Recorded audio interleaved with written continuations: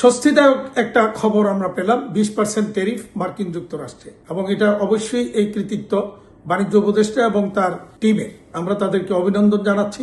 একই সাথে আমরা মনে করি বাংলাদেশের জন্য এটা একটা উইন উইন সিচুয়েশন তৈরি হয়েছে। আমরা রপ্তানিকারকদেরকে অনুরোধ করব, বায়ারদের আনডিউ কোনো ডিমান্ড অর্থাৎ এর কোনো অংশ যেন আমাদের উপর চাপিয়ে দিতে না পারে, সেই ব্যাপারে আপনারা সতর্ক থাকবেন এবং কোনোভাবেই এটাকে আমলে নিবেন না। রপ্তানি আদেশ বাংলাদেশে আসবে, চায়নার রপ্তানি আরো কমলে সেখানে একটা গ্যাপ তৈরি হবে। সেই গ্যাপটা বাংলাদেশ এবং ইন্ডিয়ার উপরই মূলত আসবে। সুতরাং এই ক্ষেত্রে আগামী বছর থেকে আমাদের রপ্তানি আরো বাড়ার সুযোগ তৈরি হচ্ছে। এখানে যেটা 20%-এর সাথে কিন্তু আমাদের আগের যে ট্যারিফটা আছে 15.5 এবং 32, মানে 15.5 আছে আমাদের কটন আইটেমগুলির উপরে, আর 32 আছে নন কটন ম্যানমেড ফাইবারের উপরে, যেগুলি 50%-এর উপরে।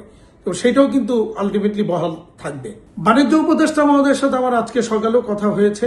তো আমি যেটা ওনাকে বলেছি যে পরবর্তী নেগোসিয়েশনটা যদি আমরা এটা করতে পারি যে তাদের দেশের র মেটেরিয়াল দ্বারা তৈরি পণ্য রপ্তানির ক্ষেত্রে আমরা ডিউটি ফ্রি অ্যাক্সেস যদি পেয়ে যাই, তাহলে বাংলাদেশের রপ্তানিটা অনেক গুণ বেড়ে যাবে এবং বিশেষ করে নিটওয়্যারের রপ্তানির ক্ষেত্রে একটা বিশাল সুযোগ তৈরি হবে। এই ক্ষেত্রে ইউএস এর যারা কটন গ্রোয়ার বা কটন রপ্তানিকারক, তারাও কিন্তু এটার সাথে একমত এবং তারাও চেষ্টা করছে তাদের দেশের সরকারকে বুঝে তাদের দেশের র মেটেরিয়াল দ্বারা তৈরি পণ্য রপ্তানির ক্ষেত্রে বাংলাদেশ যেন ডিউটি ফ্রি অ্যাক্সেস পায়। আমরা এই নেগোসিয়েশনটা যদি সফলভাবে করতে পারি, তাহলে আমাদের জন্য অবারিত একটা সুযোগ তৈরি হবে নতুন করে।